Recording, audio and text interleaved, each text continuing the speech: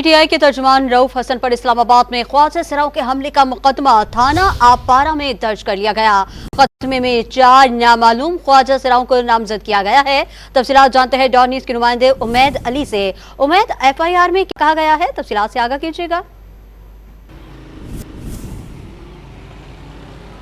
जी, गुज़िश्ता रोज़ PTI के तर्जुमान रऊफ हसन पर इस्लामाबाद के थाना आपारा की हदूद में G7 मार्केट में एक निजी चैनल के दफ्तर के बाहर कुछ नामालूम ख्वाजा सराओं की एक तेज़दार आले से जो है उनके चेहरे पर हमला किया गया, जिससे उनका चेहरा काफ़ी डैमेज हुआ था। हम इस मामले को हाईलाइट कल सेनेट के इजलास में भी किया। जो अपोजिशन लीडर हैं सेनेट में शिबली फराज, उन्होंने एहतजाजन सेनेट के इजलास से वॉकआउट भी किया।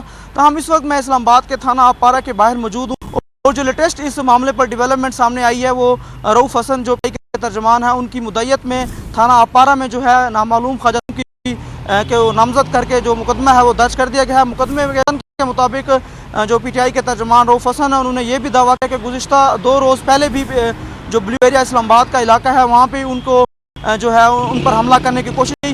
ताहम इस पर जो इस्लामाबाद पुलिस है उनका रद्द-ए-अमल भी सामने आ गया। उन्होंने जो है वो इस PTI के तर्जुमान रऊफ हसन को यकीन दहानी कराई है कि जो उनके नामजद ज़िम्मेदार हैं उनके खिलाफ सख्त से सख्त कार्रवाई जाएगी। जी।